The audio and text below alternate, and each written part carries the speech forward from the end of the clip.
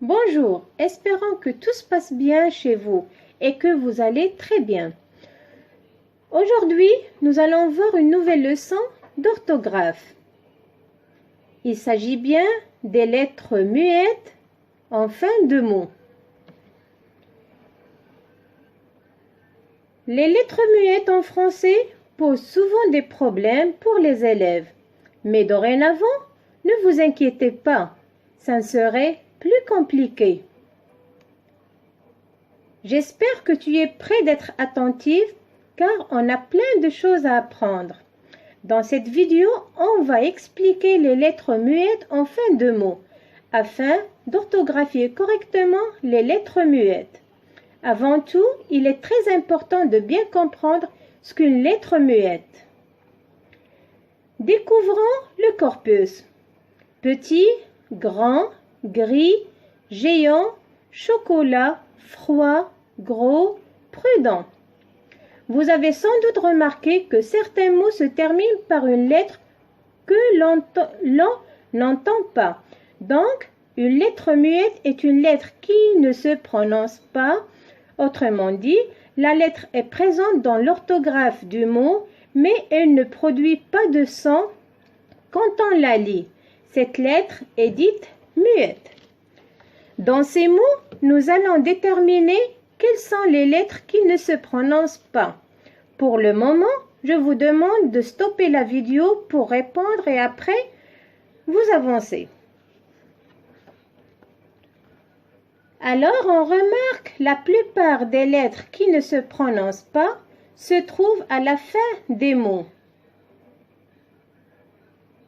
Par exemple, petit chocolat.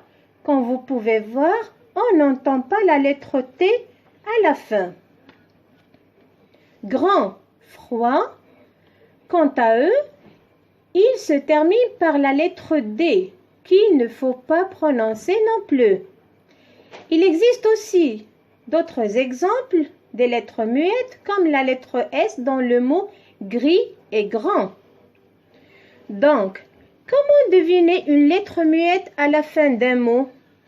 Alors, il existe deux astuces ou, si vous voulez dire, deux méthodes afin de découvrir la lettre muette à la fin d'un mot. La première, c'est le fait de chercher le féminin de ces mots. Par exemple, le mot chaud, c'est un adjectif comme classe grammaticale. Donc, là, c'est au masculin. Je dis chaud, mais je n'entends pas la lettre D. Mais en écriture, je dois la mentionner. Alors, comment peut-on savoir que c'est la lettre D? Je dois trouver le féminin et par la suite, je trouve facilement la lettre muette. Chaud au féminin, c'est chaude. Automatiquement, c'est la lettre D. Voilà d'autres exemples.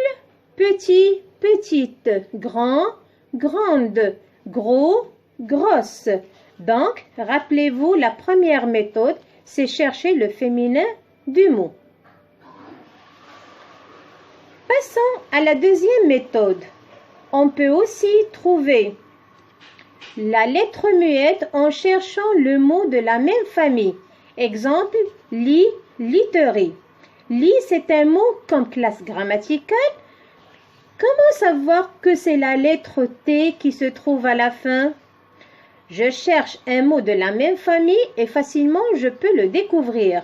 Literie, c'est l'ensemble des draps qu'on met dans le lit. Prenons d'autres exemples. Un refus, refuser. Un regard, regarder.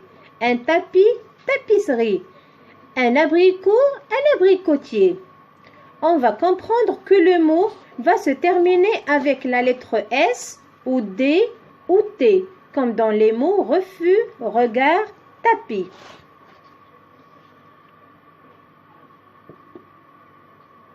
Mais attention, il n'est pas toujours possible d'entendre les lettres muettes d'un mot.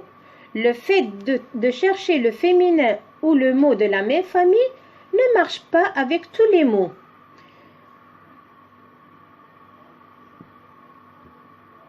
Comme vous le saviez, dans chaque règle, Il y a des exceptions. L'exception dans cette règle demande l'apprentissage, c'est-à-dire il faut bien mémoriser comment le mot s'écrit. Par exemple, dans le mot dos, il n'est pas possible de savoir quelle est la lettre avec laquelle se termine le mot. Si je veux chercher le féminin, je trouve douce. Mais ça ne veut pas dire que le mot dos va se terminer avec la lettre C. Et même si on applique la méthode, le fait de chercher les mots de la même famille, doux, douce, doucement, elle va nous donner la lettre C. Alors, on ne peut jamais le deviner.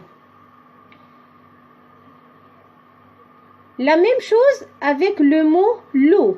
Un méchant loup, une méchante louve. Tu dois donc te souvenir que la lettre P est la lettre muette. Voilà un bilan de notre leçon. Pour trouver les lettres finales muettes, on peut utiliser deux techniques afin d'identifier cette lettre finale. Premièrement, chercher le féminin ou chercher le mot de la même famille pour démasquer la lettre muette. J'espère que cette capsule vidéo t'a aidé à mieux comprendre ce qu'est une lettre muette en fin de mot. Maintenant, les lettres muettes